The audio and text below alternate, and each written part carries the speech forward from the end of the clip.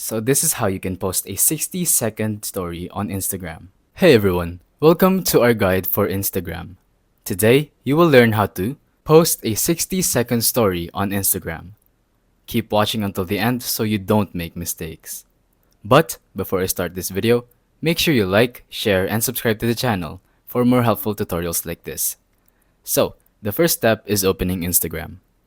Once you're here, you will see your profile pic, and now you will see that there is a plus button next to it. Just simply tap on it, and then tap on your 1 minute story that you want to post, click on done, and now you will be sent to this screen right here. Just simply tap on your story and it will upload immediately. And there you go. You can view your story here once it finishes uploading. Thank you for watching. Don't forget to leave a like and subscribe and let us know in the comments if the tutorial worked or if you have any questions.